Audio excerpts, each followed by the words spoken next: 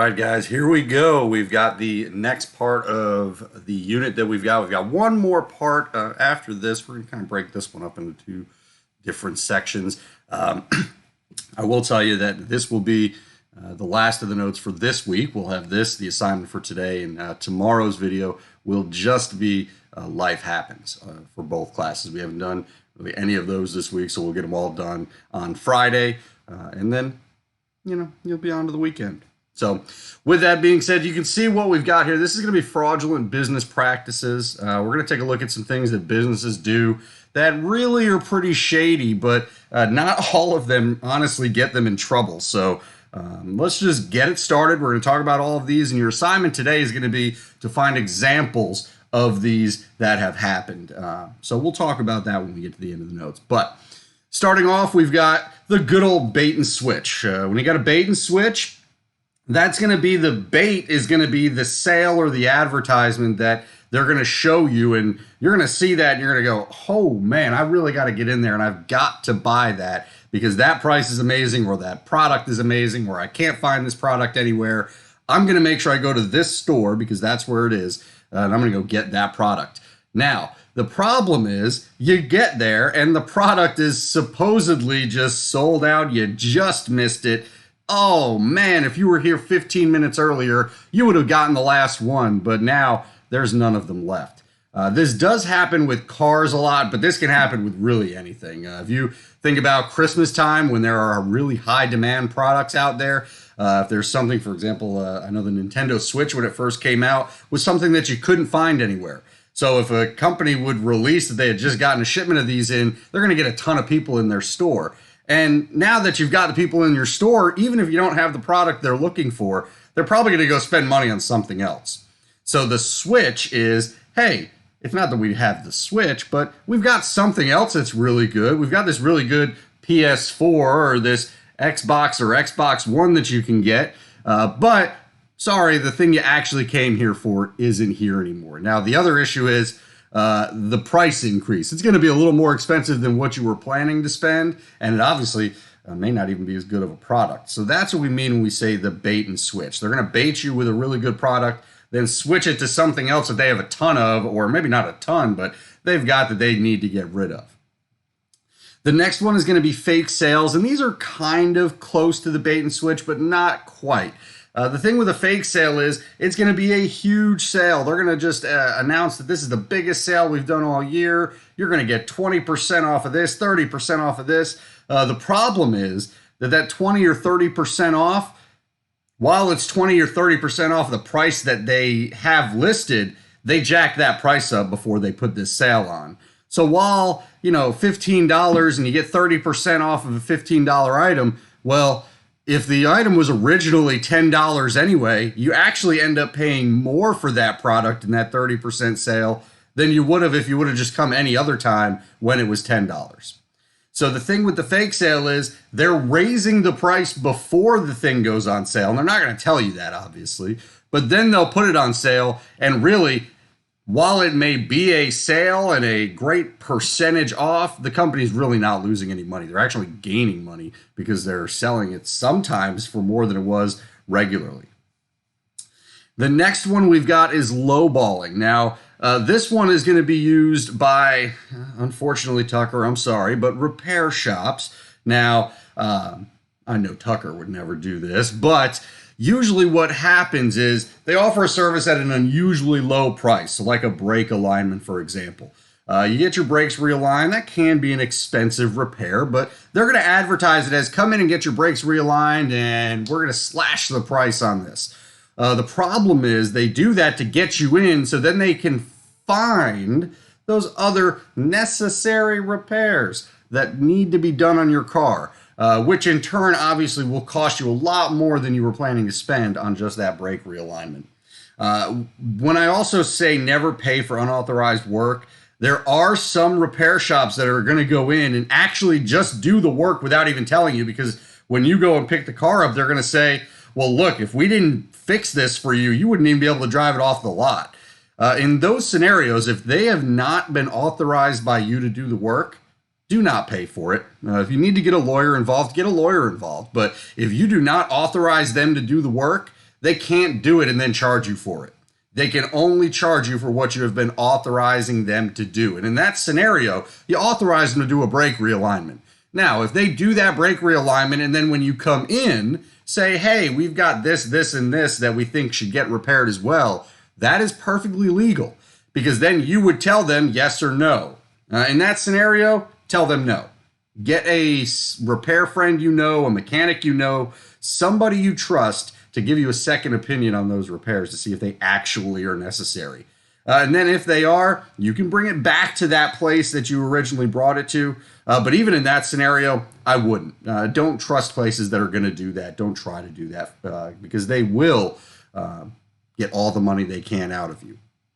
Now, this doesn't only happen in auto repair, but it is the most common place that you'll find it. And for those of us in this class, that is the one that will affect your personal finances the most because, again, the most common thing that we will see. Now, while infomercials are not really a form of deception, I wouldn't necessarily trust those either. Now, obviously, there have been some, like the ShamWow or the Flex Seal, that have become very successful and people do say are very good products. If you're up watching, TV at 2 a.m, you should be asleep. But obviously that doesn't happen. Sometimes we can't go to sleep. If you're up watching TV at 2 a.m, understand those commercials are a lot cheaper than the ones that run at 4 o'clock or 5 o'clock in the afternoon. And if companies are paying that, and those infomercials are generally on at those times and those time slots, they're doing it because they don't want to spend a lot of money on advertisement. And they're honestly trying to take advantage of the people who would be up at 2 a.m. because most people are not going to be up at 2 a.m. Now, obviously, younger generation will be. But again, they're looking more at adults who are up at that time and maybe looking to spend their money in ways that they really wouldn't be normally. So while, again, infomercials can be good products, the only thing I would say is go and look at reviews. Look at what people have said who have bought the product. See if it's reliable and see if it's one that you can trust. If there aren't a lot of reviews on the product, I wouldn't buy it. Wait for people to buy it and test it out for you. If you want to be a trailblazer and be one of those first people to test it, have at it. But again, not something that I would advise. I definitely would let other people try those products out first for you. Now, we do have very short notes today. These 2 slides are actually going to be the end of it. But the first type of other fraud we'll take a look at is going to be con artists. Now, there are really 2 types of con artists that you have to worry about, defrauding you as just a general civilian or a general person. The first one's going to be a pyramid scheme. Now, there are a lot of different pyramid schemes. Some of them are Ponzi schemes, and with a Ponzi scheme, you're going to pay somebody this much money, and they're going to turn that $500 into $2,000 for you in 3 months. You just got to wait 3 months for it.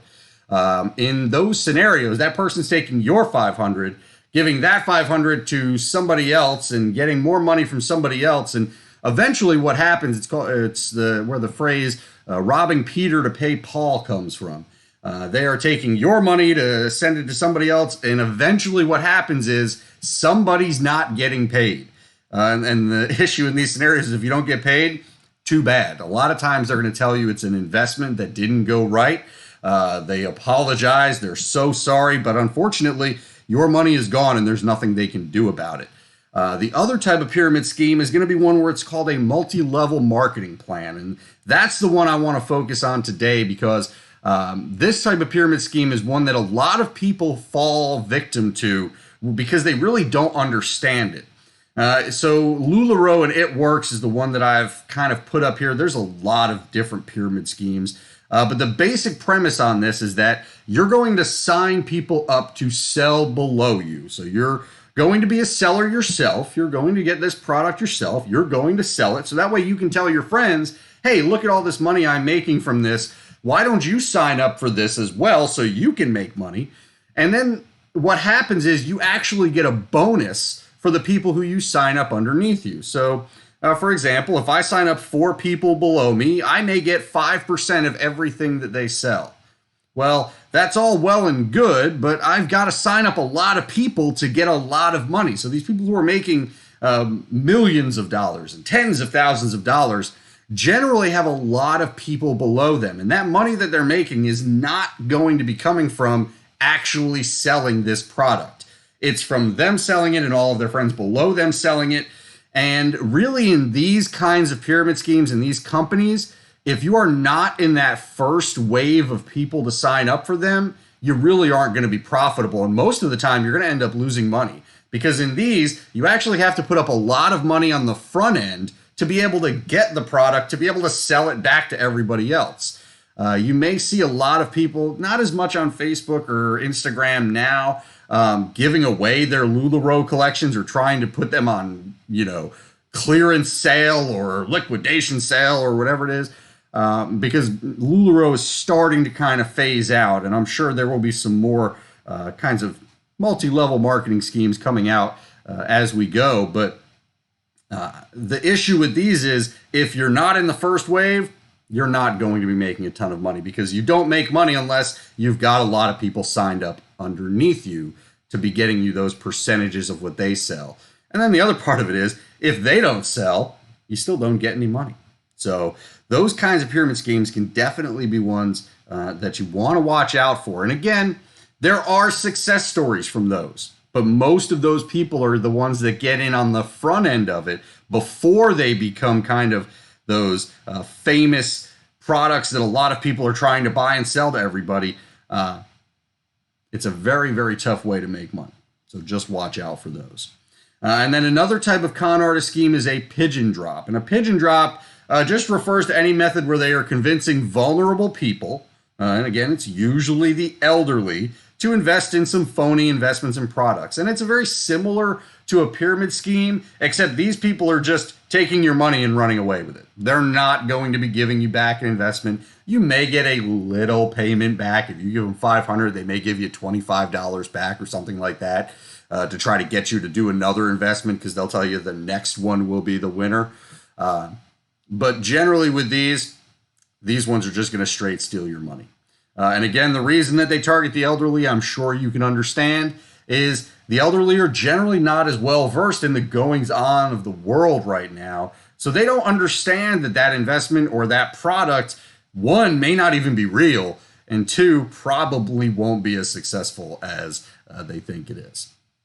And then the last thing we'll talk about today is just a couple of types of fraud. The first one being identity theft. Now, I will tell you, identity theft is the one example you cannot use in your assignment today. So for identity theft, that one, very simple. Someone just getting your personal info and then using it to open accounts in your name. So someone opening a credit card in your name, someone opening a bank account in your name. Generally not going to be a bank account, but it's generally going to be something where they are signing up to get money from somebody. So a credit card, a loan, they may be buying a car in your name. They're getting something of value, but it's not for them. It's technically, if the government comes asking, in your name. So that's why we tell you, do not give out your social security number. Don't give out your credit card info. Don't give out even your birthday or your address unless you absolutely trust the person that you are giving it to. And what I will tell you is, if you are typing in your social security number into anything, and it's not just the last 4 digits, I would definitely do that with a little bit of hesitation. Those should only be secure government websites, honestly, that would be asking for social security information, or a secure credit card application or bank loan application. But again, we've gone over how to tell those sites are secure and how to tell that you can trust those links in those places that you are going to. Make sure you trust where you're going. And then product fraud is going to be the last one. And that's basically just where advertisers are showing you a catalog with some miracle products that you can buy. They may not be in stores. They may be very, very, very cheap. But either way, you're going to send them the money and then they're going to send you the product. Now, sometimes if it's online, obviously you're just going to pay for it online and then you'll get it. If it's mailing money, it's generally going to be for a P.O. box. And the reason it's for a P.O. box is a P.O. box is a post office box, which is not where your business or home is located. So it's generally going to be kind of I guess storefront would be the best way to put it. If you've seen a UPS store, there are PO boxes there as well. But it's basically for a store where you just go in, you pay for one of these boxes to either rent or keep, and then you just walk in, you open your PO box, and you take the product. PO boxes are generally something to throw a red flag up for, because there's something, obviously they don't want everything being sent to where they live. They want it sent to a separate location, and that in and of itself is just shady. And then the other issue is when you get the product, if it doesn't work, you have no way of finding out where this person or this business is, because all you have is the PO box. Now, yes, you can go to where that PO box is, ask the person who controls or the entity that controls it, but either way, that could definitely get you to a dead end when they go, well, we've got this address, but then you go to that address and there's nothing there either. So always just watch out for those if you see a PO box as somewhere where you are sending money to. Now, with that, that is the notes for today. Now, I'm going to pull up the assignment just to take a look at that real quick. And then that'll be it for today. Oh, would help if I don't hit cancel on that one. So as you can see, today you're going to go and find examples of 3 out of the 7 types of fraud we went over. Now, again, the one you cannot use is identity theft. That is the one that is off the table, but the other 7 that we have went over, you can look at and try to find any of those. Each answer's got to be 6 sentences long. For each example, you're going to do these 3. For the first one, explain the situation, name the type of fraud, and how you know it's that type of fraud. For the second part, tell me if the company was found, if they found out that that was going on, and any repercussions that came. Now, what I will tell you with LuLaRoe is not going to get in trouble for that kind of pyramid scheme. It's one of those things where I don't want to say the government doesn't feel sorry for the people that signed up for that, but that's basically what it is. So there won't really be any kind of legal repercussions, but there could definitely be repercussions in the sense of companies really losing all their money, not being able to sell their product, or just getting a negative, I guess, reputation with the selling community. Now, as repercussions came, explain why you think the company got away with it. And if it is one of those things, don't tell me it's, for example, with a company like LuLaRoe, don't tell me it's just because, well, they're able to do it, so it's okay. Tell me why people still kept signing up, or why or when people decided that, this may not be everything that it's cracked up to be. And then last but not least, name how the company could have gone about its business in a less fraudulent way. Again, not necessarily saying this would have made them more or less money, but how could they have been a little more upfront with everything that was going on? For example, LuLaRoe, looking at that, not everybody knew there was going to be a big investment at the beginning of that to try to sell LuLaRoe. Also, not a lot of people understood about that multi-level marketing that was going on. So educating the people could have been a little bit of a better sense for them. Now, when it comes to these, obviously you cannot use any of the examples from the notes. If you're having any problems finding any of these, let me know. Send me an email or join the Google Hangout that we've got going on for the day. Now, with that, tomorrow, like I've said, we will not have anything new tomorrow. This assignment will be due tomorrow at midnight. We will get one more thing of notes on Monday, and then we will start our review for the final. So, with that, have a great weekend. Don't do anything I wouldn't do. We'll see you for Life Happens tomorrow.